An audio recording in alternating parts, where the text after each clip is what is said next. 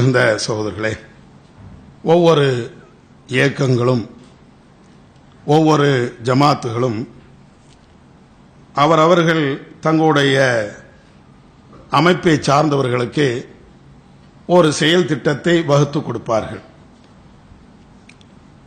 அரசியல்வாதிகளாக இருந்தார்கள் என்றால் வருகின்ற தேர்தலில் நாம் தான் தமிழகத்தை ஆட்சி பண்ண வேண்டும், இந்தியாவினுடைய ஆட்சி நம்ம கையில் தான், அதற்காக வேண்டி பாடுபட வேண்டும் என்றெல்லாம் உசுப்பி ஏற்றி இவர்கள் ஆட்சி கட்டிலே அமர வேண்டும் என்பதற்காக அவர்களை நம்பியிருக்கக்கூடிய தொண்டர்களை இரவும் பகலுமாக வேலை வாங்குவார்கள். இதுபோன்று ஒவ்வொரு இயக்கங்களும் ஏதாவது ஒரு அஜெண்டாவை முன்வைக்கும். நம்முடைய ஜமாத்தும் ஒவ்வொரு ஆண்டும் ஒவ்வொரு விதமான அஜெண்டாக்களை, செயல் திட்டங்களை வகுத்து கொடுக்கிறது.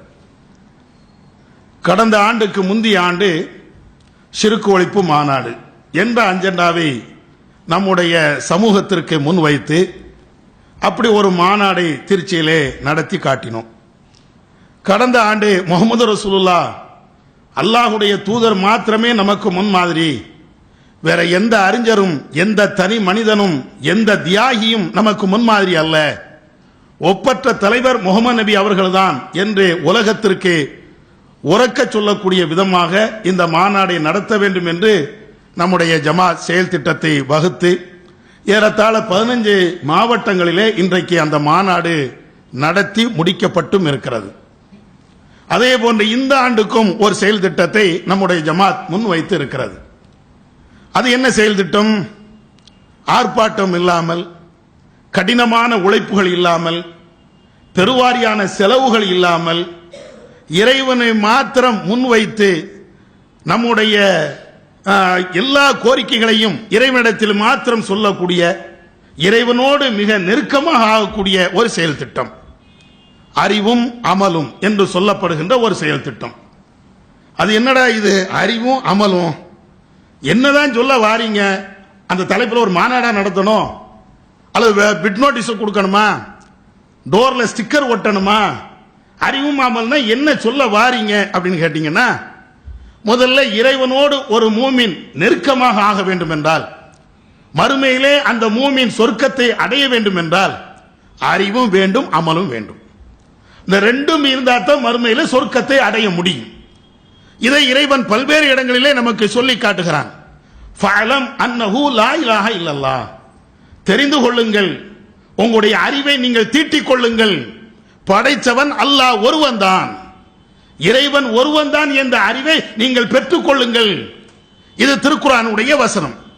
நபிகள் நாயகம் ஸல்லல்லாஹு அலைஹி வஸல்லம் அவர்களுக்கு முதலாக சொல்லப்பட்ட வசனமே அறிவை பெருக்கு. இக்ரா பிஸ்மி ரப்பிக்கல்லதீ ஹலக், உம்முடைய இறைவன் படைத்த உம்முடைய இறைவனுடைய பெயரை சொல்லி நீ படி. எடுத்த எடுப்பிலேயே அறிவை பெருக்கு. ரப்பி ஸித்னி இல்மா, யா அல்லாஹ் எனக்கு கல்வி ஞானத்தை நீ அதிகமாக்கு துஆ செய்தார்களே நபிமார்கள் எல்லாம். அப்ப இது போன்ற செய்திகள் எல்லாவற்றையும் நீங்கள் பார்த்தீர்கள் என்றால் முதல்ல அறிவு வேணும். இன்னும் சொல்ல வேண்டும் என்றால் நம்முடைய இபாதத்துகள், நம்முடைய வணக்க வழிபாடுகள், இறைவன் காட்டி தந்த அனைத்து செயல் திட்டங்களையும் நாம முழுமையாக செய்ய வேண்டும் என்றால் அதற்கு அறிவு மிக மிக அவசியம். இதை திருமறை குர்ஆனிலே அல்லாஹ் சொல்லி காட்டுகிறான். இன்னமா யக்ஷல்லாஹு மின் இபாதிஹி அல் உலமா, ஏக இறைவனை படைத்தவனை அஞ்சக்கூடியவர்கள் எல்லாம் அறிஞர்கள் தான். அறிவாளி தான் அல்லாஹ்வை அஞ்ச முடியும், முட்டாள் அஞ்ச முடியாது. ஒரு முட்டாள், ஒரு மூடன், அவனுக்கு இறைவனை பற்றி உள்ள அறிவும் இருக்காது, இறைவனை பயப்படவும் மாட்டான். அப்ப இறைவனை பயப்பட வேண்டும் என்றால் அது சம்பந்தமான அனைத்து அறிவுகளும் வேண்டும். இந்த அடிப்படையில் முதல்ல அறிவு. ஒரு பேச்சுக்கு நம்ம அறிவு இல்லாமல், இந்த மார்க்கத்தை பற்றி உள்ள எந்த தெளிவும் இல்லாமல் இறந்து விடுவோம் என்றால் அல்லாஹ் காப்பாற்றணும். மறுமையில இதற்கு நரகம் என்றும் அல்லாஹ் சொல்லி காட்டுகிறான்.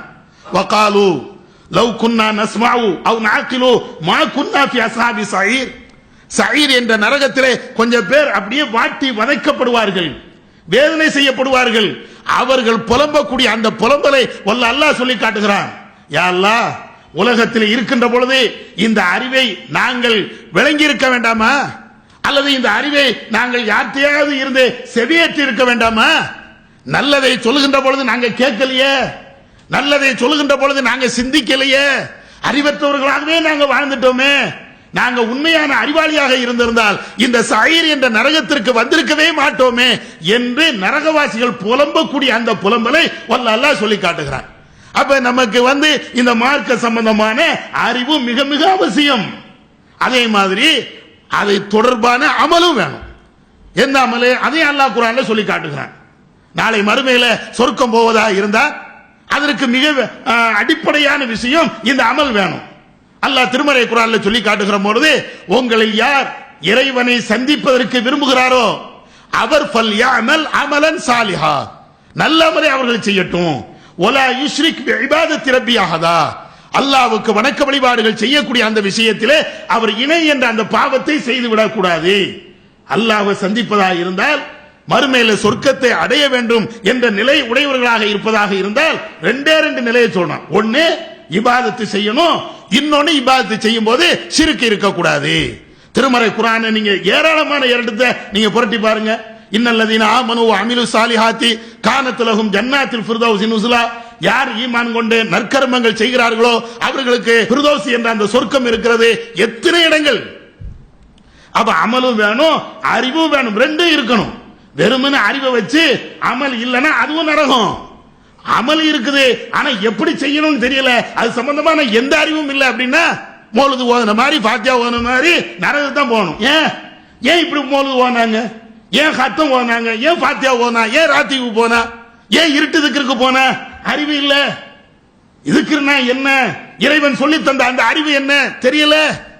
ஏப்பா ஃபாத்தியா ஓதுன? அந்த அறிவு இல்ல. இங்க ஆலிம் சார் சொன்னாரு, அல்லாஹ்வுடைய அறிவு இல்லாம, அல்லாஹ்வுடைய மார்க்க ஞானம் இல்லாம எங்களுடைய ஆலிம் சார் சொன்னார். அதுதானே, அதனாலதானே இவ்வளவு குப்பைகளும் இந்த சமூகத்தில் குவிவதற்கு இதுதானே காரணம். அப்ப அறிவு இல்லாமல் அமல் என்பது நம்மளை தடமுறை செஞ்சிரும். அதே போன்று எந்த அமலா இருந்தாலும் நபி அவர்கள் காட்டி தந்த அந்த அடிப்படையில் இருக்கணும். அந்த அறிவு நம்மளுக்கு தேவை.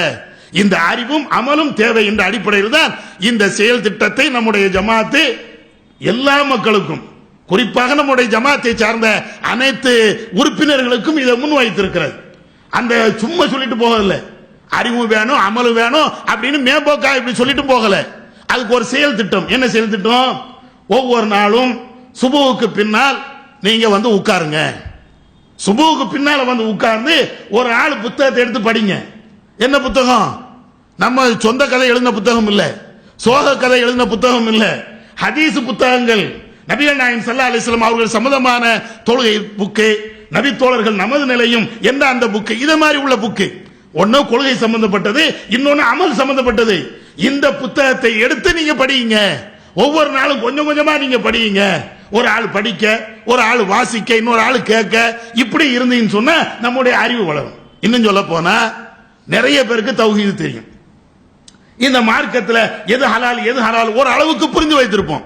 எவ்வளவோ புத்தகம் நம்ம ஜமாத்து போட்டிருக்கிறோம், எவ்வளவு உரைகள், எத்தனை அறிஞர்கள் பேசியிருக்கிறார்கள். நம்மள எல்லா புத்தகத்தையும் படிச்ச ஆள் ஒரு ஆள் உண்டா? யாரும் இல்லை. ஒரு 10 புத்தகத்தையே படிச்சிருப்போமா?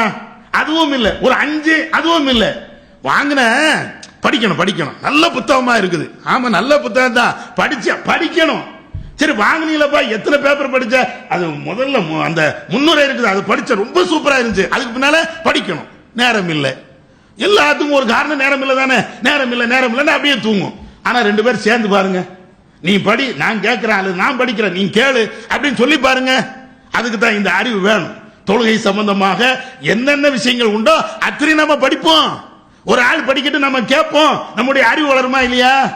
அதோடு சேர்ந்து இன்னொரு திட்டம் என்ன? இது சுபுவுக்கு வரணும்.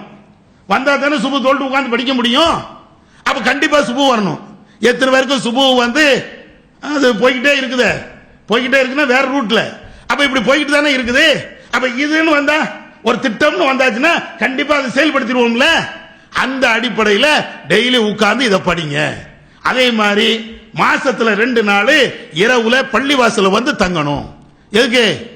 சாயா குடிக்கிறதுக்கு, பிரியாணி சாப்பிடுறதுக்கு, நல்ல என்னப்பா நல்ல வியாபாரம் எப்படி நடந்துச்சு அப்படின்னு பேசுறதுக்கு. முழுக்க முழுக்க இபாதத்துல கழிக்கணும். நபிகள் நாயகம் ஸல்லல்லாஹு அலைஹி வஸல்லம் அவர்கள் கால் கடுக்க, கால் வலிக்க, கால் வீங்க வீங்க தொழுதார்கள் என்ற செய்தியை நாம கேட்கிறோமே.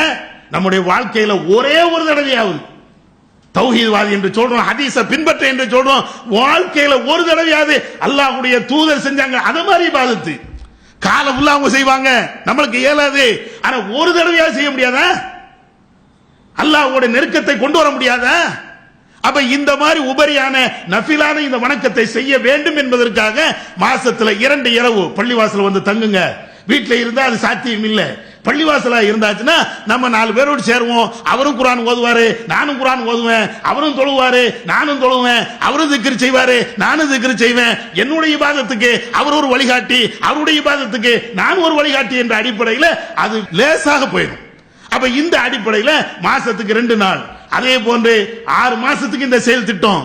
6 மாசத்துல எந்த தௌஹீத்வாதியா இருந்தாலும் குர்ஆனை படிக்க தெரியாத, அரபி மொழியில் தெரியாத எந்த தௌஹீத்வாதியா இருந்தாலும் குர்ஆனை அரபி மொழியில் படிக்க தெரிய வேண்டும். அதானே எல்லாரும் நம்மள்ட்ட ஒரு கேள்வி கேட்பான்ல, நம்ம தான் எல்லாத்துக்கும் பதில் சொல்லுவோம்ல. பதில் சொல்ல முடியாத ஒரு கேள்வி என்ன, உனக்கு அலிஃப் பேர் தெரியுமான்னு கேட்பான். அது 80ல இருந்து கேட்டுட்டு இருக்கான், இப்பவும் கேட்கறான். தௌஹீத்வாதின்னு சொன்னா உனக்கு அலிஃப் தெரியுமா அப்படிமா, இன்னைக்கும் கேட்கறான். ஏன் அந்த குறைய கலைஞ்சா என்ன? நபிகள் நாயகம் ஸல்லல்லாஹு அலைஹி வஸல்லம் சொன்னாங்களா இல்லையா? அலிஃப் என்று படித்தால் அதுக்கு 10 நன்மை, லாம் என்று படித்தால் அதுக்கு 10 நன்மை, மீம் என்று படித்தால் அதுக்கு 10 நன்மை ரசூலுல்லாஹ் சொன்னாங்க இல்லையா? அப்ப இந்த சுன்னத்தை எப்ப கடைபிடிக்கிறது? சும்மா மேடையில பேசுறதுக்கா, ஜும்மால உரை நிறுத்துவதற்கா? நம்முடைய வாழ்க்கையிலும் கடைபிடிக்கணும்ல. அதனால தௌஹீத் ஜமாத்தில் இருக்கக்கூடிய எத்தனை உறுப்பினர்களா இருந்தாலும் குர்ஆனை அரபி மூலத்தில் ஓத தெரியவில்லை என்றால் 5-6 மாச செயல் திட்டத்தில் அவர் குர்ஆனை படித்தே தீர வேண்டும். இது மாநில நிர்வாகி, மாவட்ட நிர்வாகி, கிளை நிர்வாகி அத்தனை பேருக்கும். மாநில நிர்வாகிக்கும் குர்ஆன் ஓத தெரியல, படிக்கணும்.